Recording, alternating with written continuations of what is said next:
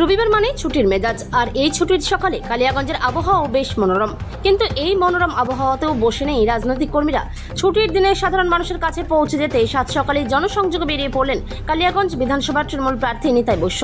ছুটির দিন হওয়ায় এদিন কালিয়াগঞ্জের তারাবাজার ও মহেন্দ্রগঞ্জ বাজারে ছিল উপচে পড়া ভিড়। আর এই সুযোগকেই কাজে লাগালেন তৃণমূল প্রার্থী।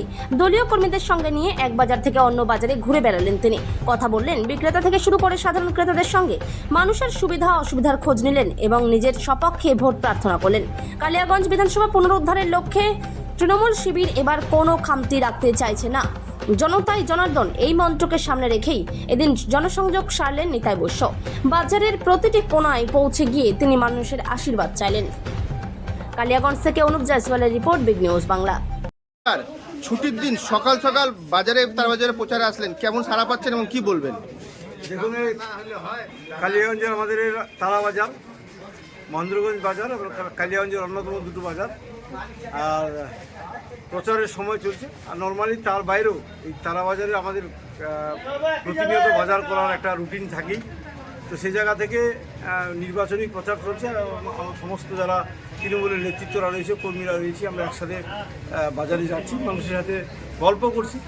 এই জাস্ট রবিবার ছুটির দিন কতটা সুবিধা হচ্ছে, কতটা লোককে সমাগম পাচ্ছেন এটা ছুটির দিন তো রবিবারে? দেখুন, রবিবার দিন এমনিতে মানুষ একটা ফ্রেশ মাইন্ডে থাকে। সারাদিন কর্মব্যস্ততার পর রবিবার দিনটা সবাই একটা বাড়ির মুডে থাকে। সে জায়গা থেকে অনেক মানুষকে একসাথে পাওয়া যায়। আমরাও চাই যে বেশি বেশি পরিমাণ মানুষের সাথে আমরা কথা বলি, তাদের বিভিন্ন সমস্যা বা তাদের কথা কোন জায়গায় কী সমস্যা রয়েছে সেটা বোঝার চেষ্টা করি।